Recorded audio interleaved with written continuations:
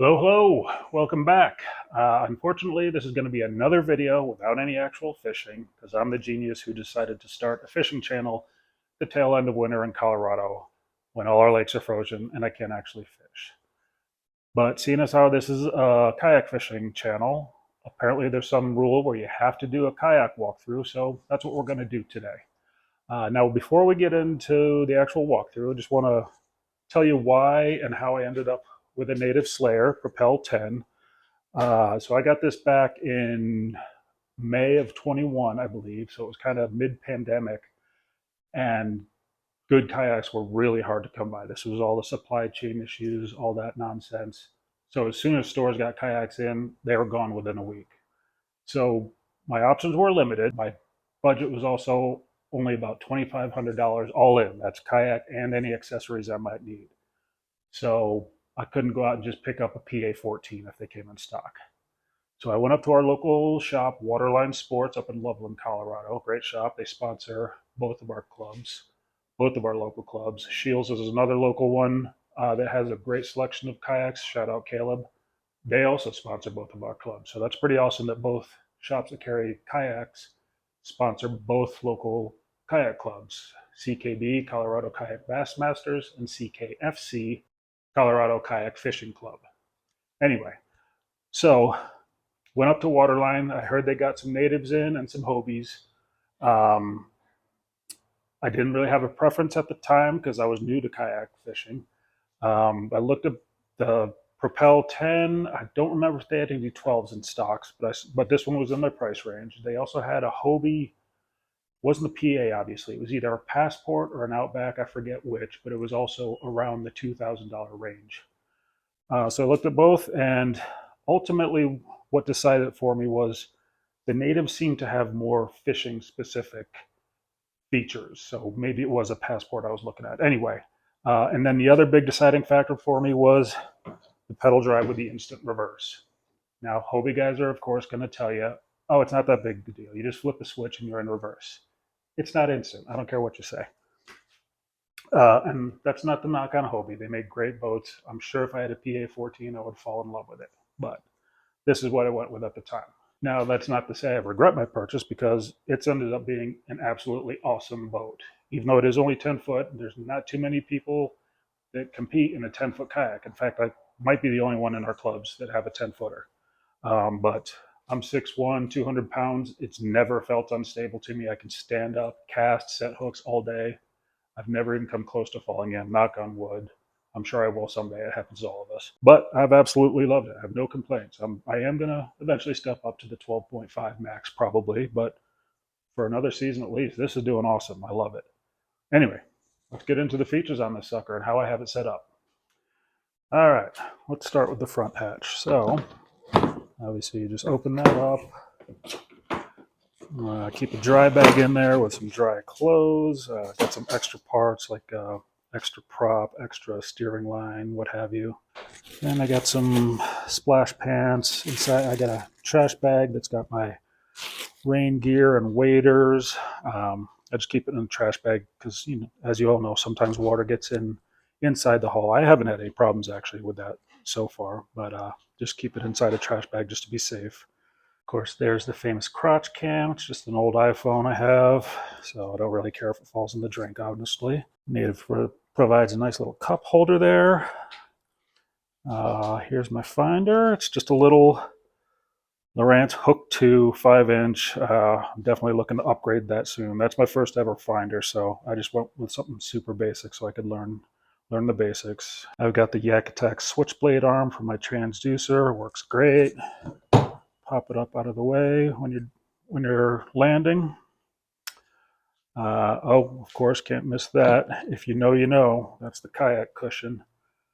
Pretty invaluable for anybody who's sitting in a kayak all day. Built-in cup holder and or rod holder. I use it. That's where I stash my rod when I'm unhooking fish, taking pictures, doing all that stuff. This is something I just added this year, and I'm not 100% sold on it yet. I've seen a couple other people do it, and it works great. I used to have two Tupperware boxes underneath there. And the reason I had two instead of one big one is because of this. This sort of gets in the way of pulling out one big one. I used to have one Tupperware with soft plastics in it. Then another one was kind of my junk drawer with sunscreen, clippers, scent, whatever, just the junk drawer. So now I've got this, and so far it's working great. I love how I can just open it up and have access to that stuff.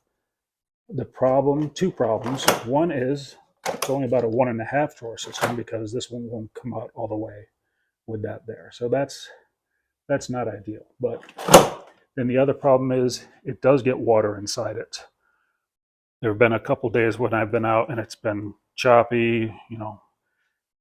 Anyone with a native knows we do get water inside sometimes, and water has gotten into the bottom drawer. So that's the one thing I don't like about it. So if anybody has an idea of how to keep water from getting in there, let me know in the comments. I would love to know. Let's see. Underneath the seat, that's where I keep my battery for my fish finder. I just have a little 7-hour because I don't have a motor. I've got that small finder, so the 7 amp-hour works just fine for me. Of course, I've got it in one of those DIY waterproof battery boxes that you can just search on YouTube. You'll find 100 different videos on how to make those. Back here, I keep this backpack, and I've got it strapped to my seat because I do tether everything. I'm one of those guys, but this just has more extra stuff. Got my sunglasses, some gloves, my sexy sun leggings that you see in all my videos that look totally sweet. I've got a bilge pump here because, again, native, not throwing shade, I love it, but they do get water in them. I've got extra line on this side there, gaiters and gloves in here, so that's pretty sweet. I'm liking that. Oh, and I also have some more tackle boxes inside there. Pause for car alarm. Also, Native puts in these, I forget what they call them, in-haul or whatever, rod holders. I do use those. Oh, can't forget the Slayer sticker. And that's not why I bought this boat. It just happened to be a happy coincidence that I am a huge Slayer fan. All right, on to my custom crate. As you can see, this is a little bit bigger than just your standard milk crate. This is a 19 by 14, I think. I got it at the Container Store. I'm sure you can get them on Amazon. I just used zip ties to put on my rod holders. Some of those, some singles there. I've got a 4 back here, but again, just zip ties. They stay on great. I've got all these rod leashes. Again, I'm one of those freaks who likes to tie everything down. They're connected to the crate. They've got these carabiners to just quick clip on and off of my rods. Those have worked great so far. I was worried they would mark up my rods. They really haven't yet. So again, 6 holders on the crate, 2 inside the boat. This used to be my battery box. This is, of course, an ammo box. It used to be my battery box. Now it just holds my plastics because I went with a smaller box. This one was just too big for my little 7-hour. I got, 4 or 5 3600s there. I've got my 27 cups of coffee that I always have with me. That's only a slight exaggeration. Actually, this one's water. I've got my tripod for filming.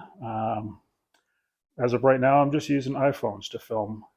I'm sure once I get a GoPro, I'll get one of those Yak Attack arms that go out to the side. But for now, this works just fine. I don't really want to have my phone hanging out over the side, over the water. So that's why I have it like that. And another thing I do when I have it there, or anywhere really, I didn't show you. Oh, another absolute must, obviously, PFD. I went with the NRS Chinook.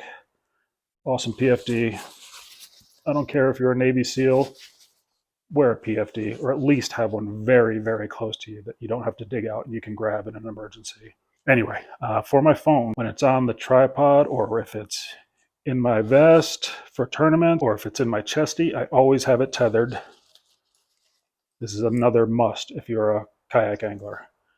This is a RoboHawk tether It's got a carabiner that I have clipped there. It's got this little piece that you put inside your phone case, then your phone goes on top of it, holds it in there secure. I used to have one of the ones with the rubber deal that would go around each of the corners. I found that those came off of the corners every time I took it in and out of my pocket. And they would sometimes get in the way of your screen. So this is the first season I'm trying this style, so hope it works. RoboHawk, great. They used to sponsor our club last season. I don't know if they are this season or not, but either way, check them out. I'll link it below, like I will everything else in the video, of course, because that's what you do in kayak walkthroughs. All right, so keen viewers will notice that my coffee mugs disappeared, and that's because I realized I forgot to show you an important feature of my crate. This net here, for one thing, this is just something I got off of Amazon. I forget what it's called, but if I can find it in my orders, I will link that below. I put these screws in the corners of my crate and just sort of stretches over, keeps everything in there fairly well. You know, there's some gaps, but it's better than nothing. And then to keep my crate in place, this bungee comes standard with the Native. So I just pull that up over those, do it on each side, and it's not going anywhere in case I flip. Knock on wood. All right, back to the previous video. All right, what do we got? This is a little odd piece. I've got this pot lid here because with the Native, that's the steering right there. I did do the upgraded Burley Pro, but if my crate sometimes sits on that, it would stick, which is unfortunate. So I just put this under there, and it keeps my crate up and off the steering, so it goes free. I do have the upgraded Boondocks. Honestly, I put this on very shortly after I got the kayak, so I don't know how much better it is than the stock rudder, but it's green. I'm a virus heritage. That's good enough reason for me. All right, so a couple more things that just magically appeared because I forgot to put them on when I did the original walkthrough about 40 minutes ago, but I felt they were important enough to come back down to the garage and record them. And number one is the catch board. Obviously essential for tournament anglers. I've got the big carbonite one. I want to get the 26 metal one eventually, but this one works great. I just have it tucked under the bungee right here. Pull it out real easy. I've got it tethered. I also put the pool foam in there so it floats, so it's not going anywhere. But I know my buddy Scott Brands actually made a catch holder using a 3D printer.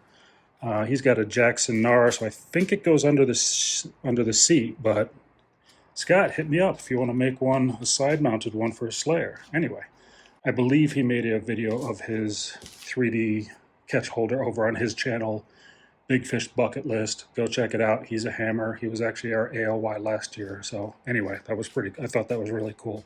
I'm gonna have to do that eventually. And then up here, we got my net. A lot of you will recognize that as the Greg Blanchard special. Shout out Greg, the godfather of kayak bass fishing YouTubers. Anyway, I just set mine on the nose. Of course, if I had the 12.5, it'd be a little bit better. I could slide it up. It wouldn't stick out so far, but it really doesn't get in the way. I've got this little paddle holder. The handle's actually too thick to pop it down in there, but it stays just fine. And another Greg Blanchard deal, these Calico's bait sacks, absolutely essential for anything with treble hooks. I don't know how many times I've had treble hook induced meltdowns. You know, if they're sitting back here and I turn around to grab something, it catches on my sleeve. I've actually had time where it caught on my sleeve. I went to pull it off of my sleeve and it got caught on my glove, so I was then pinned behind my seat on my sleeve and my gloves. So definitely pick up some Calico's bait sacks, essential. All right, again, back to the original walkthrough. Got my C-Tug over here and my off-brand Boundary boots. I got these, again, mid-pandemic when, as most of you remember, NRS Boundary boots were impossible to find. So I got these on Amazon. They were like 80 bucks. So not even that much cheaper than Boundary boots. So I'm definitely going to upgrade to actual Boundary boots one of these days. I forgot to show you this. Of course, another must if you're a tournament angler is the Yak Attack 360 light with flag, just so those crazy boaters can see us. I put mine in the rail system I used to put it in the rod holder, but now I use all 8 rod holders, so I put it in the rail system. And I think that's about it. What did I miss? I don't think I missed anything. All right, so what I'm going to do now is take everything off it so I can show you just how light this Native Slayer 10 really is and how easy it is to get around and get up on top of your vehicle. Quick sidebar before I show you how to get this up on my vehicle. Let me show you my vehicle because mine's a little different than some. I am a Toyota guy, like all the pros. KVD, Ike and Ellie, Gerald Swindle, Trev Stuckey, shout out Trev. You know, all those guys run a Tundra, which I'm sure is a great truck. My buddy Rennie, he's got a 4Runner, which is nice as hell. Then you got your guys with a little bitty Tacoma. I went a different route. You might have saw it in the background of the videos. I went with something completely unique for tournament fishermen. That's right, I got a Toyota Sienna minivan. Pause for laughter. So now that you're done laughing, I'm going to show you why this is actually so badass. And no, it's not just the automatic opener, but that is awesome when you've got a handful of rods. So this is my house for tournament week. I got a Higgins, come on up here. Come here, bud. Higgins, come here. Come on up.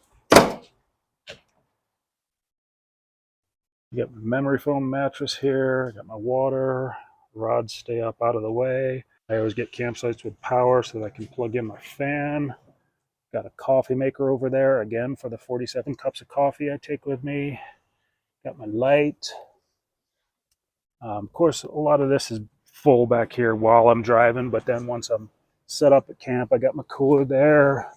I'll put my food over here. I'll put my crate up in the front seat. So I've got plenty of room back here, and it's pretty dang sweet. And it's way more comfortable than being cooped up in the cab of a Tundra. So don't go laughing when you see me driving up to the ramp in a minivan. Better recognize. But yeah, one thing I forgot to show you in the walkthrough, my custom kayak stand. 2 twin mattresses. Got them off of Craigslist or yard sale, I forget. 20, 30 bucks. Nice thing about these is I can sit in the kayak if I want to, which you don't want to do if it's sitting on the floor or on the ground or on sawhorses. But that's just kind of nice for when if I'm setting stuff up, I can sit in it, see where it fits, all that stuff. Anyway, all right, so like I said earlier, I sort of ended up with the Native Slayer Propel 10 by default, just because everything was out of stock back when I was shopping. But it turned out to be a happy accident because besides the fact that it's super stable, has tons of fishing specific features, it's also only 65 pounds with everything stripped off, making it super easy to get on top of the minivan or any vehicle, even, you know, especially the back of a truck. So let's throw it up there, show you how easy it is.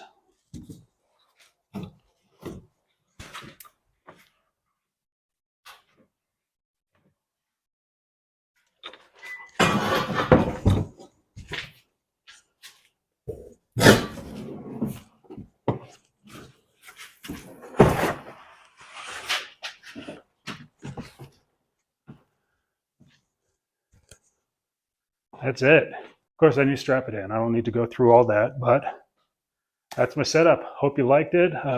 As you can see, sunny, I'm in shorts, so fingers crossed I'll be out on the water soon, bringing you some actual fishing content. But until then, see you next time. Get after them.